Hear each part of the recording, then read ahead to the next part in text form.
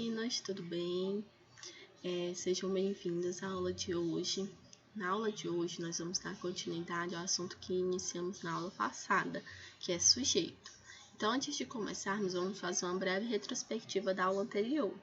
No nosso estudo de sujeito da aula passada, nós vimos que o sujeito ele pode ser determinado ou indeterminado. O sujeito determinado é quando você consegue identificá-lo dentro da oração. E o indeterminado você não consegue.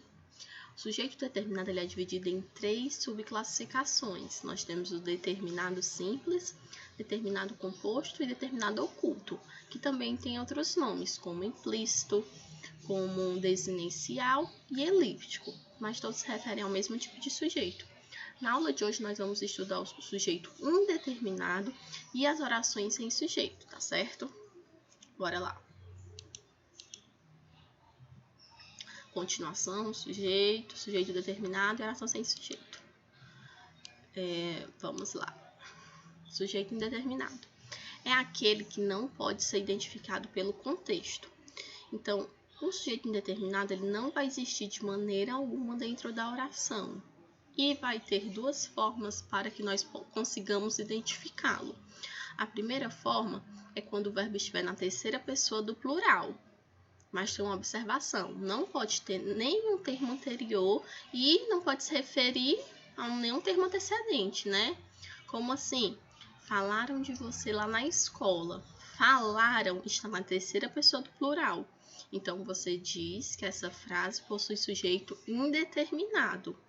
Agora, se houvesse termos antecedentes, não seria mais sujeito indeterminado. Como assim termos antecedentes?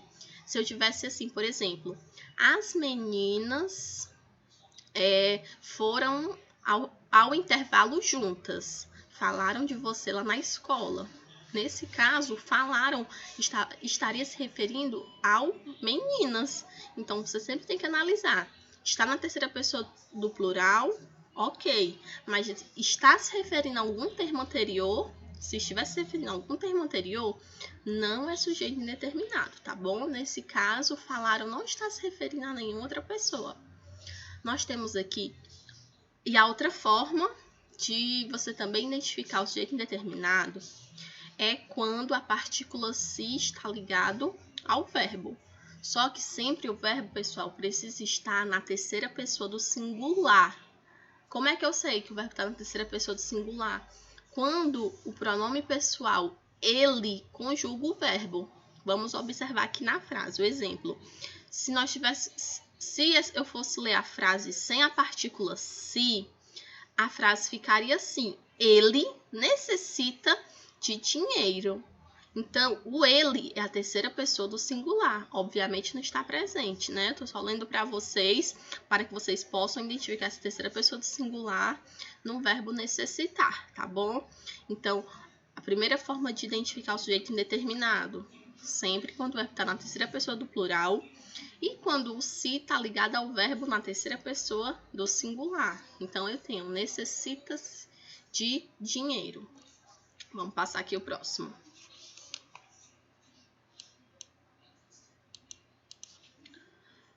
Exemplo, procura-se lateral direito. Então, o que é que nós temos aqui? É importante, gente, lembrar que às vezes, mesmo o se estando ligado ao verbo e o verbo estando na terceira pessoa do singular, vai haver casos que não vai ser sujeito indeterminado. E qual vai ser esse caso? Vamos observar aqui. O se é uma partícula uma partícula que possui várias funções. Uma das funções dela é indeterminar o sujeito, mas também o se ele tem outra função, que é transformar a frase na voz passiva. Vocês lembram que é a voz passiva? Voz verbal, gente, é a relação que o sujeito tem com o verbo na frase. Se o sujeito pratica uma ação, é voz ativa. Se o sujeito sofre uma ação, é voz passiva. E se o sujeito sofre e pratica ao mesmo tempo, é voz reflexiva. Então, uma das classificações da voz passiva é o se ligado ao verbo, que é a voz passiva sintética. E nesse caso, vai haver sujeito sim. Por exemplo, quando você...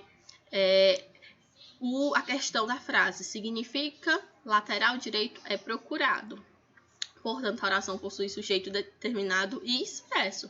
Lateral direito, que é o que está sendo procurado. Então, sempre tem que analisar se o se, a função dele ali é transformar o verbo na voz passiva ou se é de indeterminar o sujeito, tá bom? Sempre fiquem atentos a esta questão. Aqui nós temos outra observação. Quando o sujeito da oração é um pronome substantivo indefinido, há apenas indeterminação psicológica, mas não gramatical. Como assim? Gente, algumas pessoas acabam confundindo a frase quando o núcleo do sujeito é um pronome indefinido. Aí acaba dizendo que é sujeito indeterminado, que não tem sujeito, mas a gramática não diz isso. Por exemplo, alguém pedia socorro. Quem pedia socorro? Alguém. Alguém é o sujeito. Mas, Amanda, eu não conheço esse alguém. Gente, a gramática não diz que você precisa conhecer, que você precisa saber quem é o sujeito. Se existe uma palavra que você pode grifar e chamar de sujeito que está realizando ou sofrendo uma ação, é sujeito, tá bom? Então, mesmo que você não saiba quem é, vai haver sujeito. Nesse caso, é um sujeito simples, né? Porque possui somente um núcleo. Outro exemplo, ninguém podia dormir na rede. Quem podia dormir na rede? Ninguém. Então, esse ninguém, ele é sujeito simples sim, tá bom? Então, cuidado para não cair nessa pegadinha de eu não conheço o sujeito. Você não precisa conhecer. Então, nesse caso, tem sujeito sim e é simples, não é indeterminado, tá bom? Só para ficar claro isso. Sujeito indeterminado e sujeito desinencial. Gente, é muito comum que os alunos tenham bastante dúvidas no sujeito indeterminado e no sujeito desinencial, porque em nenhum dos dois casos vai ter uma palavra que você pode grifar e chamar de sujeito na frase. Só que tem um porém. O sujeito desinencial dá para você saber quem ele é através do verbo. O sujeito indeterminado não dá para você saber quem ele é através do verbo. Ele não existe de maneira alguma, tá bom? Então, bora lá. Vamos primeiro aqui para o sujeito indeterminado, que é terceira pessoa do singular e terceira pessoa do plural. Bora lá. Comeram todo o bolo. O comeram aí está na terceira pessoa do plural. Não existe. Aí aquela regrinha que eu estava falando para vocês, tem que sempre prestar atenção se o verbo não se refere a um termo antecedente. Não adianta estar sendo a terceira pessoa do plural e se referir a um termo. Nessa segunda frase, na observação, não é sujeito indeterminado. Por exemplo, as crianças estavam famintas. Comeram todo o bolo. Esse comeram aqui está se referindo às crianças, tá bom? Então, tem sujeito. Agora, aqui, no primeiro exemplo, não vai haver sujeito, tá certo? E como é que eu identifico isso? Porque está na terceira pessoa do plural. Agora, o sujeito desinencial. Vou jogar futebol com meus amigos. Vou. Não tem o sujeito, mas através do verbo dá para saber que vou, o único pronome que conjuga vou é o eu. O eu é primeira pessoa do singular. Vamos jogar futebol mais tarde. Vamos. O único pronome que conjuga vamos é o nós, primeira pessoa do plural. Para não haver dúvidas, gente, é só vocês separarem. Primeira pessoa e segunda do singular e plural, sujeito desinencial. Terceira pessoa do singular e plural, sujeito indeterminado. Essa é uma dica de como você faz para conseguir classificar melhor, tá bom? Agora, gente, nós vamos para o sujeito inexistente ou oração sem sujeito. Lembrem que são nomenclaturas diferentes, mas estão se referindo ao mesmo caso de sujeito, tá bom? É quando a oração não tem sujeito de maneira alguma. Então, qual é a definição dessa oração sem sujeito e desse sujeito inexistente? ocorre quando os verbos são empregados impessoalmente nas orações, ou seja, não se referem a nenhum elemento gramatical do predicado que se refira. Como assim? Quando eu tenho aqui, ó, choveu durante a noite. Esse choveu é um verbo fenômeno da natureza que não se relaciona com o predicado, tá certo? A ação não continua no predicado. Então, como não há essa relação entre o verbo e o predicado, a gente classifica como oração sem sujeito. Existem alguns casos em que a oração vai ser sem sujeito, que é os casos que nós vamos ver agora. Então, pode ocorrer, primeiro, o verbo haver usado no sentido de existir. Então, quando você encontrar o verbo haver na frase e der para você substituir por existir, essa oração vai ser oração sem sujeito. Vamos observar aqui o exemplo. Havia um problema sério naquele canal. Existia um problema sério naquele canal, ok? Perceberam? Então, deu para fazer a troca, tá bom? Observação. O verbo existir concorda com o sujeito. Como assim? Existiam vários problemas naquele canal. Então, por que o existiam aqui está no plural? Porque está concordando com o sujeito. Perdão.